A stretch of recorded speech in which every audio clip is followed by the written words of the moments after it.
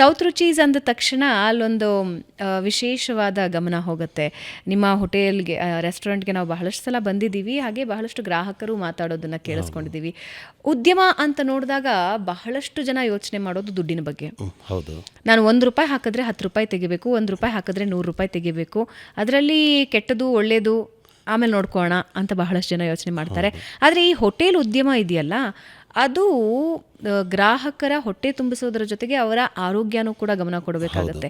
ಇವತ್ತು ನಾವು ಬ್ಯುಸಿ ಲೈಫಲ್ಲಿ ಅವಲಂಬಿತರಾಗಿರೋದೇ ರೆಸ್ಟೋರೆಂಟ್ಗಳ ಮೇಲೆ.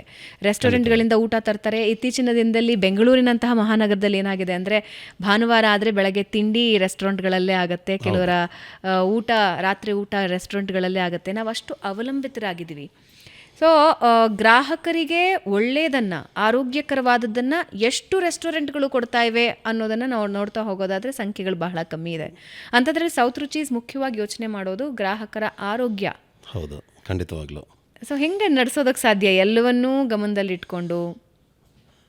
ಇವತ್ತಿನ ಕಾಲದಲ್ಲಿ ಅದು ಬೆಂಗಳೂರು ಅಂತ ನಗರದಲ್ಲಿ 90% ಜನ ಹೋಟೆಲ್ ಮೇಲೆ ಅವಲಂಬಿತರಾಗಿದ್ದಾರೆ. ಏನಕ್ಕೆ ಅಂದರೆ, ಈ ಬೆಂಗಳೂರು ಅನ್ನೋದು ಒಂದು 50 ಕಿಲೋಮೀಟರ್ ರೇಡಿಯಸ್ಸಲ್ಲಿ ಬೆಳೆದು ನಿಂತಿದೆ. ಮನೆ ಇರೋದು ಒಂದು ಕಡೆ, ಕೆಲಸಕ್ಕೆ ಹೋಗೋದು ಒಂದು ಕಡೆ. ಸಮಯಕ್ಕೆ ಎವ್ರಿ 3 hours ಮನುಷ್ಯ ಏನಾರೊಂದು ಊಟ ಮಾಡಲೇಬೇಕಾಗತ್ತೆ. ಆವಾಗ ಅವರು ಹೆಚ್ಚಿನ ದಿನ ಹೋಟೆಲ್ ಮೇಲೆ ಅವಲಂಬಿತರಾಗಿರ್ತಾರೆ. ಬಿಸ್ನೆಸ್ಸು ತಾವು ಹೇಳಿದಾಗೆ ಎಲ್ಲರೂ ಮಾಡೋದು ಜೀವನಕ್ಕಾಗಿಯೇ. ನಾವು ಈಗ ₹1 ಹಾಕಿ ಒಂದಕ್ಕೆ ₹2 ಬರಬೇಕು, ₹10 ಬರಬೇಕು, ಇದೆಲ್ಲ ಒಂದು ಬಿಸ್ನೆಸ್ ಸ್ಟ್ರಾಟಜಿ ಆಗಿರುತ್ತೆ. ಅದ್ರ ಜೊತೆಗೆ ನಾವು ಏನು ಕೆಲಸ ಮಾಡ್ತಾಯಿದ್ದೀವಿ ಅದರದ್ದೇ ಆದ ಒಂದು ಜವಾಬ್ದಾರಿ ಕೂಡ ನಮಗಿದ್ದೇ ಇರುತ್ತೆ. ಈಗ ನಾವು ಹೇಳೋದ ಮಟ್ಟಿಗೆ ಏನಂದರೆ, ಈಗ ಹೋಟೆಲ್ ಉದ್ಯಮ ಅನ್ನೋದು ಒಂದು ಯಜ್ಞ ಅಂತ ನಾವು ಹೇಳೋಕ್ಕೆ ಇಷ್ಟಪಡ್ತೀನಿ. ಏನಕ್ಕೆ ಅಂದರೆ, ಅದ್ರ ಹಿಂದೆ ತುಂಬ ಕೆಲಸ ಇರುತ್ತೆ. ಒಂದು ಪ್ರೊಕ್ಯೂರ್ಮೆಂಟು, ಟ್ರೈನಿಂಗು, ಆಮೇಲೆ setup of hotel and every day to day ಕೆಲಸ ಅನ್ನೋದು ತುಂಬ, ಇಟ್ ಈಸ್ ಕಂಟಿನ್ಯೂಸ್ ಪ್ರೊಸೆಸ್. ಇವತ್ತು ಮಾಡಿದ್ದೀನಿ ಇದನ್ನೇ ನಾಳೆನೂ ಇದರಿಂದನೇ ನಡೆಯುತ್ತೆ ಅನ್ನೋ ರೀತಿ ಇರೋದಿಲ್ಲ. ಪ್ರತಿ ದಿವಸ ನಾವು ಮಾಡೋ ಕೆಲಸನ ಕಂಟಿನ್ಯೂಸ್ ಆಗಿ ಮಾಡ್ತಾನೆ ಇರಬೇಕು. ಅದ್ರ ಜೊತೆಗೆ ನಮ್ಮ ಜವಾಬ್ದಾರಿನ ನಾವು ಮರಿಬಾರ್ದು. ಮತ್ತು ಇದರಿಂದ ಏನಂದರೆ, ನಾವು ಬರೀ ಸಮಾಜಕ್ಕೆ, ಜನಗಳಿಗೆ ಒಳ್ಳೆಯ ಆಹಾರ ಕೊಟ್ಟಾಗ ಅವರ ಆರೋಗ್ಯ ಕೂಡ ತುಂಬ ಇದ್ರ ಮೇಲೆ ಅವಲಂಬಿತರಾಗಿರ್ತಾರೆ. ಅದರಿಂದ ಆರೋಗ್ಯ ಕೂಡ ಚೆನ್ನಾಗಿರಬೇಕು. ಇದೆಲ್ಲ ಜವಾಬ್ದಾರಿ ನಮ್ಮದಿರೋದ್ರಿಂದ ಪರಿಸರವಾಗಿ, ನೈಸರ್ಗಿಕವಾಗಿ ತುಂಬ ಕೆಲಸಗಳು, ಜವಾಬ್ದಾರಿಗಳು ನಮ್ಮ ಮೇಲಿರುತ್ತೆ, ಮನುಷ್ಯರ ಮೇಲೆ. ಇದನ್ನು ನಾವು ಅರ್ಥ ಮಾಡ್ಕೊಂಡು ನಾವು ಮಾಡಬೇಕನ್ನೋದು ಒಂದು ಯಾವುದೋ ಒಂದು ಇದರಲ್ಲಿ ಒಂದು ನನಗೆ ಆ ಯೋಚನೆ ಬಂದಿರೋದ್ರಿಂದ ಇದು ಈ ಥರ ಮಾಡಿದರೆ ಹೇಗಾಗುತ್ತೆ ಅನ್ನೋ ಒಂದು ಯೋಚನೆ ಮಾಡಿದಾಗ, ಈಗ ಆರ್ಗ್ಯಾನಿಕ್ ಅನ್ನೋ ಪದಕ್ಕೆ ತುಂಬ ಹೆಚ್ಚಿನ ಬೆಲೆ ಇದೆ. ನಾವೇನೇ ಒಂದು ಆರ್ಗ್ಯಾನಿಕ್ ವಸ್ತುನ ನಾವು ಕೊಳ್ಳಿಕ್ಕೆ ಹೋದಾಗ ಅದ್ರ ಬೆಲೆ ತುಂಬ ಜಾಸ್ತಿ ಇರುತ್ತೆ. ಇದನ್ನು ನಾವು ಉಪಯೋಗಿಸಿ ಹೇಗೆ ಹೋಟೆಲ್ ನಡೆಸೋದು ಅನ್ನೋದನ್ನು ಒಂದು ದೊಡ್ಡ ಕ್ವಶನ್ ಇತ್ತು. ಆವಾಗ ನನಗನ್ನಿಸ್ತು, ಹೌದು ಸರಿ, ಆ ಹೆಸರಲ್ಲಿ ಅದರಿಂದ ನಾನು ಹಿಂದೆ ಹೋಗಬಾರ್ದು.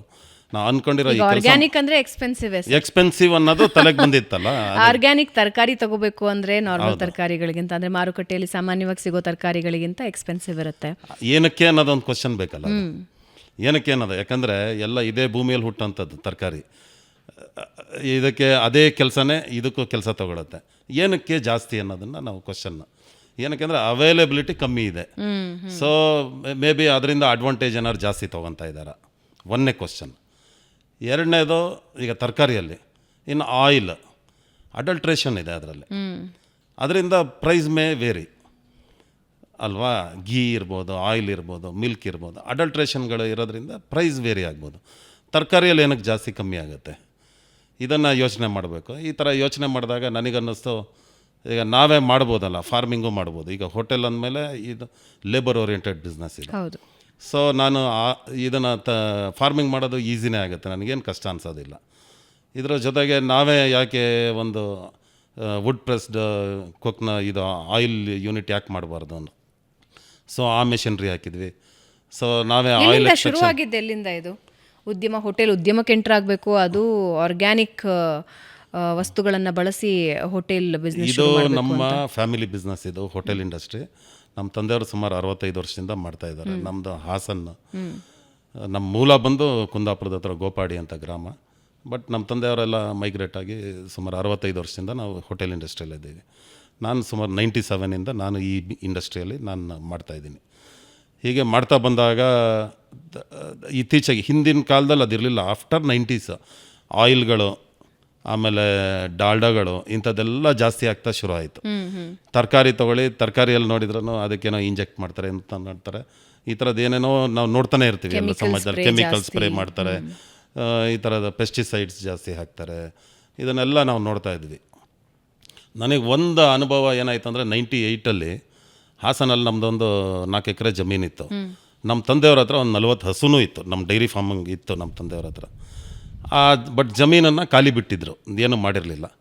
ಆವಾಗ ನಾವೇ ಒಂದು ಆಲೂಗಡ್ಡೆ ಬೆಳೆಯೋಣ ಅಂತ ಬಿಟ್ಟು ನಾನೇನು ಮಾಡಿದೆ, ನಮ್ಮದು ಹಸುವಿನ ಗೊಬ್ಬರ ಇತ್ತು, ಅದನ್ನು ಅಲ್ಲಿ ಕಲ್ಟಿವೇಷನ್ ಮಾಡಿ ಗೊಬ್ಬರ ಹಾಕಿ ಆಲೂ ಸೀಡ್ಸ್ ತರಿಸಿ ಬೆಳೆದ್ವಿ. ಬೆಳೆದಾಗ ಅದ್ರದ್ದು ಒಂದೊಂದು ಆಲೂಗಡ್ಡೆ ಅರ್ಧ kg 3/4 kg ಇಷ್ಟಿಷ್ಟು ದಪ್ಪ ಆಲೂಗಡ್ಡೆ ಬಂದಿತ್ತವ ಆ ಕಾಲದಲ್ಲಿ.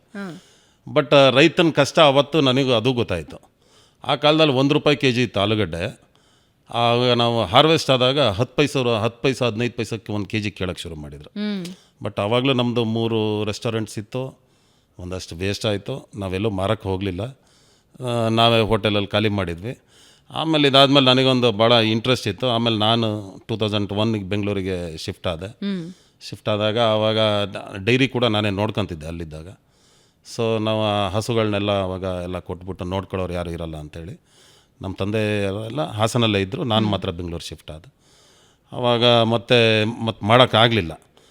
ಬಂದಮೇಲೆ ಈಗ 2005, 6, 7, 8 ಈ ಥರ ವರ್ಷಗಳು ಕಳೀತಾ ಇತ್ತು. ನನಗೆ ಮಾಡಬೇಕನ್ನೋ ಭಾಳ ಮನಸ್ಸಿತ್ತು. ಇದು farming and dairying, basically animal lover. ನಾನು ಮಾಡಬೇಕಂತ ಅವಕಾಶ ಸಿಕ್ಕಿರಲಿಲ್ಲ. ಕೊನೆಗೆ ಈಗ ನಾನು 2018ಗೆ ಮತ್ತೆ ಒಂದು ಅವಕಾಶ ಆಯಿತು, ಲ್ಯಾಂಡು ಇದೆಲ್ಲ. ಮತ್ತು ಹಸುಗಳನ್ನು ಈ ಸಲ ಏನು ಮಾಡಿದ್ದೀನಿ, ಮೊದಲು ನನ್ನ ಹತ್ರ ದೇಸಿ ಹಸು, HF ಜರ್ಸಿ ಎರಡೂ ಇತ್ತು. ಈ ಸಲ ನಾನೇನು ಮಾಡಿದೆ, ಬೇಡ ನಮ್ಮ ದೇಸಿ ತಳಿ ಇಲ್ಲಿನ ನೇಟಿವ್ ಹಳ್ಳಿಕಾರ್ ಬ್ರೀಡ್ ಮಾತ್ರ ಸಾಕೋಣ ಅಂತ ಹೇಳ್ಬಿಟ್ಟು. ಮತ್ತು ನನಗೆ ಆ ಡೈರಿಂಗ್ ಪ್ರೋಸೆಸ್ ನನಗೆ ಅದು ಸರಿ ಅಂತ ಕಾಣಿಸ್ತಾ ಇರಲಿಲ್ಲ.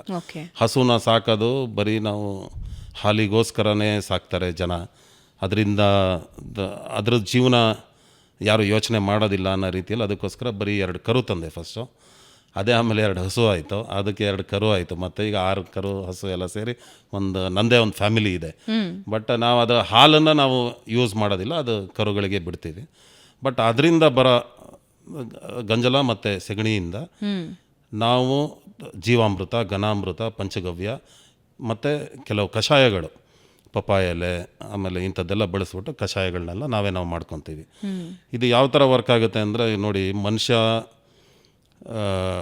ನಾವು ಅಂದ್ಕೊತೀವಿ ಮನುಷ್ಯರು ನಾವು ಇಡೀ ಸೊಸೈಟಿ ಅಥವಾ ಇಡೀ ಭೂಮಿಗೆ ನಾವೆಲ್ಲ ದೊಡ್ಡ ಸಾಧನೆ ಮಾಡ್ತಾಯಿದ್ದೀವಿ, ನಾವೇನೋ ಕೆಲಸ ಎಲ್ರಿಗೋಸ್ಕರ ನಾವು ಬದುಕ್ತಾಯಿದ್ದೀವಿ ಅಂದ್ಕೊತೀವಿ. ಬಟ್ ನಾವು ಯಾರಿಗಾಗಿ ಏನೂ ಮಾಡ್ತಾಯಿಲ್ಲ, ಎಲ್ಲದನ್ನು ನಾವು ತಗೊತಾ ಇದ್ದೀವಿ ಅಷ್ಟೇ. ಬೇರೆಯವರು ನಮಗೋಸ್ಕರ, ಬೇರೆ ಜೀವಿಗಳು ನಮಗೋಸ್ಕರ ಕೆಲಸ ಮಾಡ್ತಾಯಿದ್ದಾವೆ. ಅದು ನಾವು ಅದನ್ನು ಒಂದು ಕಾನ್ಷಿಯಸ್ ಆಗಿ ಗುರುತಿಸಿದಾಗ, ಯೋಚನೆ ಮಾಡಿದಾಗ ಅನಿಸುತ್ತೆ. ಈಗ ಒಂದು ಜೇನುನೊಣ ಇರ್ಬೋದು, ದುಂಬಿ ಇರ್ಬೋದು, ಆಮೇಲೆ ಒಂದು ಗೆದ್ಲು ಹುಳ ಇರ್ಬೋದು, ಇರುವೆ ಇರ್ಬೋದು, ಇವೆಲ್ಲ ನಮಗೋಸ್ಕರ ಪಾಪ ಅದಕ್ಕೆ ಸೆಲ್ಫ್ಲೆಸ್ ಆಗಿ ಅದು ಕೆಲಸ ಮಾಡ್ತಾ ಇರುತ್ತೆ. ನಮಗೂ ಯಾರೋ ಎಲ್ಲದೂ ಕೊನೆಗೆ ಇದನ್ನು ಅನುಭವಿಸೋದು ಮನುಷ್ಯನೇ ಪಾಪ. ಅವು ಏನೂ ಅನುಭವಿಸೋದಿಲ್ಲ. ನಾವು ಹುಟ್ಟಿದಾಗಿಂದ ಸಾಯೋ ತನಕ ಮನುಷ್ಯನಿಗೋಸ್ಕರ ಜೀವನ ಎಲ್ಲದನ್ನೂ ಶೇಖರಣೆ ಮಾಡುತ್ತೆ, ಕೆಲಸ ಮಾಡುತ್ತೆ, ಸಾಯ್ತವೆ. ಮನುಷ್ಯ ಮಾತ್ರ ಅದನ್ನೆಲ್ಲದನ್ನು ಸಾಯಿಸೋದು ಒಂದೇ ಯೋಚನೆ ನಮಗೆ, ಬೇರೆ ಏನೂ ಇಲ್ಲ ನಮಗೆ. ಒಂದು ಗೆದ್ಲು ಹುಳನೇ ನೋಡಿ, ಒಂದು ಹುತ್ತ ಕಟ್ಟುತ್ತೆ, ಅದರಲ್ಲಿ ಕೊನೆಗೆ ಹಾವು ಬಂದು ಸೇರುತ್ತೆ ಅಂತಾರೆ. ಬಟ್ ಅದು ಎಷ್ಟು ಚೆನ್ನಾಗಿ ಆ ಮಣ್ಣನ್ನು ಮಾಡಿರ್ತಾರೆ, ಒಂದು ಗಂಧದ ಥರ ಮಾಡಿಟ್ಟಿರುತ್ತೆ. ನಾವೀಗ ಜೀವಾಮೃತ ಮಾಡಬೇಕಾದ್ರೂ ನಮಗೆ 10 kg ಸೆಗಣಿ, 10 ಲೀಟ್ರ್ ಗಂಜಲ, 1 kg ಕಡಲೆ ಹಿಟ್ಟು, 1 kg ಬೆಲ್ಲ, ಹುತ್ತದ ಮಣ್ಣು ಬೇಕೇ ಬೇಕು. ಇಷ್ಟೆಲ್ಲ ನಾವು ಹಾಕಿದ್ರು ಹುತ್ತದ ಮಣ್ಣು ನಮಗೆ ಬೇಕೇ ಬೇಕು. ಹುತ್ತದ ಮಣ್ಣು ಹಾಕಿದಾಗ ಅದೊಂದು ಜೀವಾಮೃತ ಆಗುತ್ತೆ. 21 ದಿವಸ ಇಟ್ಟು ಅದೊಂದು ಪ್ರೋಸೆಸ್ ಇದೆ ಮಾಡಿದಾಗ, ಅದನ್ನು ನಾವು ಮಣ್ಣಿಗೆ ಹಾಕಿದಾಗ ಮತ್ತು ಆ ಮಣ್ಣು ಕೂಡ ಅದೇ ಥರ ಒಂದು ಬೆಣ್ಣೆ ಥರ ಆಗುತ್ತೆ ಮಣ್ಣು. ಭೂಮಿ ಅನ್ನೋದು ಈ ಸಾಯಿಲ್ ಕ್ರಿಯೇಷನ್ ಇದೆಯಲ್ಲ, ಅದು ವೆರಿ ವೆರಿ ಇಂಪಾರ್ಟೆಂಟ್ ಫಾರ್